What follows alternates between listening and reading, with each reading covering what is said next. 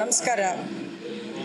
ಕರ್ನಾಟಕ ರಾಜ್ಯದ 4 ರಸ್ತೆ ಸಾರಿಗೆ ನಿಗಮಗಳು ನೌಕರರು ಸೇರಿ ಮೇ 20ರಿಂದ ಮುಷ್ಕರಕ್ಕೆ ಹೋಗಬೇಕು ಅಂತಕ್ಕಂಥ ಒಂದು ತೀರ್ಮಾನಕ್ಕೆ ಬಂದಿದ್ದರು. ಈ ಮುಷ್ಕರ ಒಂದು ರೀತಿ ಹಗ್ಗಜಗ್ಗಾಟದ ರೀತಿಯಲ್ಲಿ ಆಗಿದೆ. ಯಾಕೆ ಅಂತ ಹೇಳಿದ್ರೆ 2024 ಜನವರಿಯಿಂದ ಇವರು ವೇತನ ಒಪ್ಪಂದ ಆಗಬೇಕಾಗಿತ್ತು.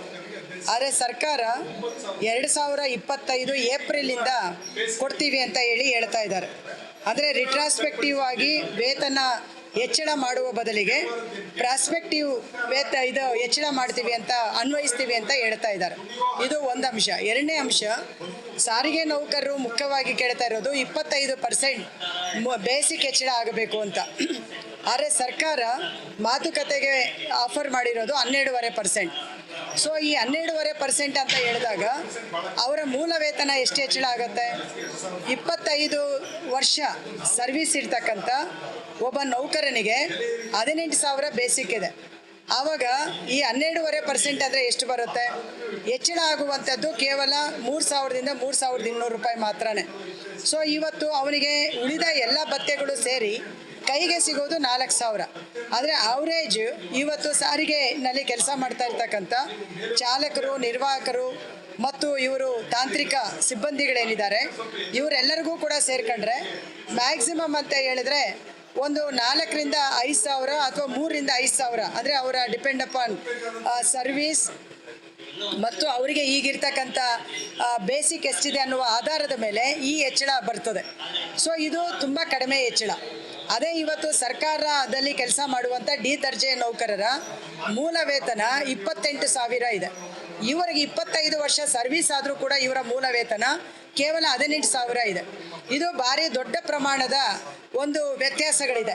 ಸೊ ಈ ವ್ಯತ್ಯಾಸಗಳನ್ನು ಸರಿ ಮಾಡಿ ಅಂತ ಅಲ್ಲ ಅವರು ಕೇಳ್ತಾ ಇರೋದು ಬೆಲೆ ಏರಿಕೆಯ ಆಧಾರದಲ್ಲಿ, ನಮಗೆ ಇರ್ತಕ್ಕಂಥ ಕೆಲಸದ ಒತ್ತಡದ ಆಧಾರದಲ್ಲಿ ಮತ್ತು ನಮ್ಮ ಕೆಲಸದಿಂದ ಬರ್ತಾ ಇರ್ತಕ್ಕಂಥ ಫಲಿತಾಂಶದ ಆಧಾರದಲ್ಲಿ ವೇತನ ಹೆಚ್ಚಳ ಮಾಡಿ ಅಂತ ಕೇಳುವಂಥದ್ದು ಒಂದು ನ್ಯಾಯಯುತವಾಗಿ ಇದೆ ಅನ್ನುವಂಥದ್ದನ್ನು ನಾವಿಲ್ಲಿ ನೋಡಬೇಕು. ಸೊ ಇದನ್ನು ಇವತ್ತು ಸರ್ಕಾರ ಪರಿಗಣನೆ ಮಾಡಲಾರದೆ ನಾವು ಹೆಚ್ಚು ವೇತನ ಕೊಡಲಿಕ್ಕಾಗಲ್ಲ, 12.5% ಕೊಡ್ತೀವಿ ಅಂತ ಹೇಳ್ತಿದ್ದಾರೆ. ಈ 12.5% ಕೂಡ ಅವರು ಹೇಳ್ತಾ ಇರೋದು 2024 ಜನವರಿಯಿಂದ ಕೊಡುವ ಬದಲಿಗೆ 2025 ಏಪ್ರಿಲಿಂದ ಕೊಡ್ತೀವಿ ಅಂತ ಹೇಳ್ತಾ ಇದ್ದಾರೆ. ಅಂದರೆ 15 ತಿಂಗಳ ವೇತನ ಹೆಚ್ಚಳವನ್ನು ಒಂದು ಕಡೆ ಬಿಟ್ಕೊಡ್ಬೇಕು. ಹೋದ ಅಗ್ರಿಮೆಂಟಲ್ಲಿ ಕೂಡ 38 ತಿಂಗಳ ಅರಿಯರ್ಸನ್ನು ಇವರು ಬಿಟ್ಕೊಟ್ಟಿದ್ದಾರೆ. ಆ 38 ತಿಂಗಳಲ್ಲಿ ಈಗ 26 ತಿಂಗಳು ಮಾತ್ರ ಕೊಡೋಕೆ ಒಪ್ಪಿದ್ದಾರೆ. ಆದರೆ ಈಗ 12 ತಿಂಗಳು ಹಿಂದಿನ ಅಗ್ರಿಮೆಂಟಲ್ಲಿ ಬಿಟ್ಕೊಡ್ಬೇಕು, ಇವತ್ತಿನ ಅಗ್ರಿಮೆಂಟಲ್ಲಿ 15 ತಿಂಗಳು ಬಿಟ್ಕೊಡ್ಬೇಕು. ಅಲ್ಲಿಗೆ ಒಟ್ಟು ಎಷ್ಟಾಗುತ್ತೆ? 27 ತಿಂಗಳು. ಸೊ 27 ತಿಂಗಳು ಬಿಟ್ಕೊಟ್ಟು ಕೇವಲ 3ರಿಂದ 5,000 ವೇತನ ಹೆಚ್ಚಳ ಅಂತ ಹೇಳಿದ್ರೆ ಯಾವ ನೌಕರರು ಒಪ್ಪಿಕೊಳ್ತಾರೆ?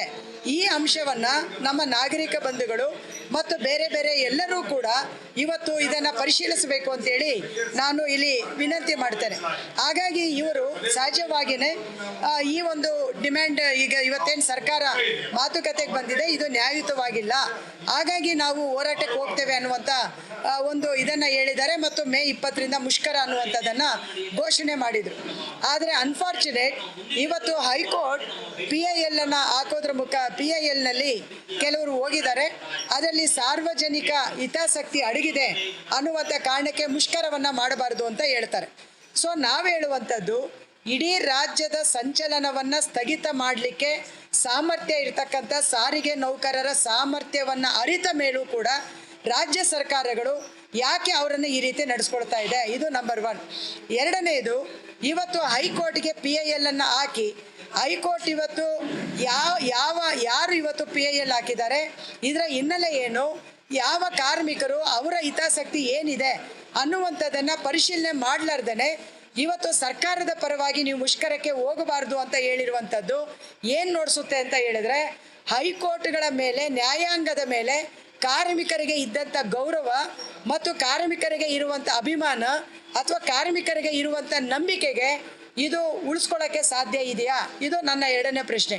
ಮತ್ತು ಸರ್ಕಾರಗಳು ಇವತ್ತು ಹೋರಾಟಗಾರರನ್ನ ವೇತನ ಒಪ್ಪಂದಕ್ಕೆ ಬೇಕಾಗಿರ್ತಕ್ಕಂಥ ಮಾರ್ಗಗಳನ್ನು ಕಂಡು ಹಿಡಿಲಾರ್ದೇ ಹೋರಾಟಗಳನ್ನು ಬೇರೆ ಥರದಲ್ಲಿ ತಿರುಗಿಸ್ಲಿಕ್ಕೆ ಅಥವಾ ಅದನ್ನು ಒಡಿಲಿಕ್ಕೆ ಬೇಕಾದಂಥ ವಿಧಾನಗಳನ್ನು ಅನುಸರಿಸಲಿಕ್ಕೆ PIL ಅನ್ನು ಒಂದು ತಂತ್ರವನ್ನಾಗಿ ಬಳಸ್ತಾ ಇದೆಯಲ್ಲ, ಇದನ್ನು ನಾವಿವತ್ತು ಎಚ್ಚರಿಕೆಯಿಂದ ಗಮನಿಸಬೇಕಾಗಿದೆ.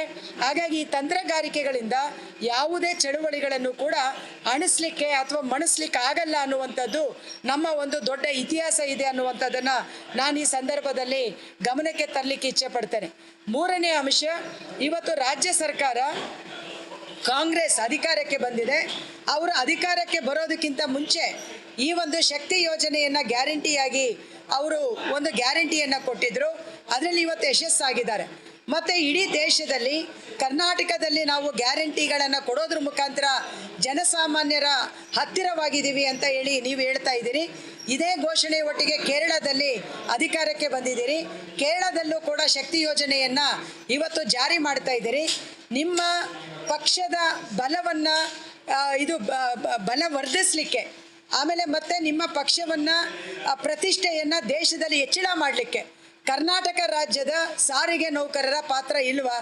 ಇವತ್ತು ನಿಮಗೆ ಏನಾರು ಆ ಥರದೊಂದು ಕ್ರೆಡಿಟ್ ಬಂದಿದೆ ಅಂದರೆ ಅದು ಕರ್ನಾಟಕ ರಾಜ್ಯದ 1,15,000 ಜನರ ಬೆವರು ಅದರಲ್ಲಿ ಇದೆ ಅನ್ನುವಂಥದ್ದನ್ನು ಇವತ್ತು ಸರ್ಕಾರಗಳು ಅರ್ಥ ಮಾಡ್ಕೋಬೇಕು ಅಂತೇಳಿ ನಾನು ಈ ಮುಖಾಂತರ ಆಗ್ರಹಿಸ್ತಾ ಇದ್ದೇನೆ.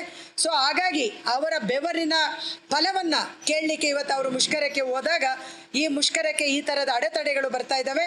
ಸೊ ಎನಿವೇ ಇವತ್ತು ಹೈಕೋರ್ಟ್ PIL ಕೊಟ್ಟಿರೋದ್ರಿಂದ ನಾವು ಒಂದು ಕೇಂದ್ರ ಕಾರ್ಮಿಕ ಸಂಘಟನೆಯಾಗಿ ಆ ತೀರ್ಪನ್ನು ಗೌರವಿಸ್ತೇವೆ. ಮತ್ತು ಅವರು ಹೇಳಿದ್ದಾರೆ 3 ದಿನಗಳ ಒಳಗಡೆ ಮುಖ್ಯಮಂತ್ರಿಗಳು ಇದನ್ನು ಇತ್ಯರ್ಥಪಡಿಸಬೇಕು ಅಂತ. ಆ ಇತ್ಯರ್ಥಪಡಿಸಬೇಕು ಅನ್ನೋದನ್ನು ಆಗ್ರಹ ಮಾಡ್ತೇನೆ.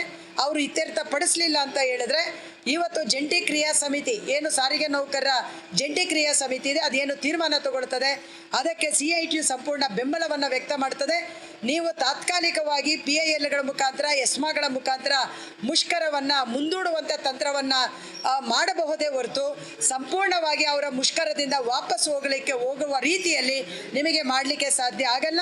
ಆ ರೀತಿಯ ಹೆಜ್ಜೆಯನ್ನು ಸರ್ಕಾರಗಳು ಇಡಬಾರ್ದು ಅನ್ನುವಂಥದ್ದನ್ನು ಆಗ್ರಹ ಮಾಡ್ತಾ, ಆ ಕಾರ್ಮಿಕರು ಏನು ಕೇಳ್ತಾ ಇದ್ದಾರೆ 25% ಮೂಲ ವೇತನ ಹೆಚ್ಚಳ, ಅದನ್ನು ಹೆಚ್ಚಳ ಮಾಡಿ 2024 1ರಿಂದನೇ ಅದನ್ನು ಎಫೆಕ್ಟ್ ಮಾಡಬೇಕು ಮತ್ತು 1,15,000 ಜನರಿಗೆ ಎಲ್ಲ ರೀತಿಯ ಸಂರಕ್ಷಣೆಯನ್ನು ಕೊಡಬೇಕು ಅನ್ನುವಂಥದ್ದನ್ನು ನಾನು ಈ ಮುಖಾಂತರ ಅಪೀಲ್ ಮಾಡ್ತಾ ಇದ್ದೇನೆ. ನಮಸ್ಕಾರ.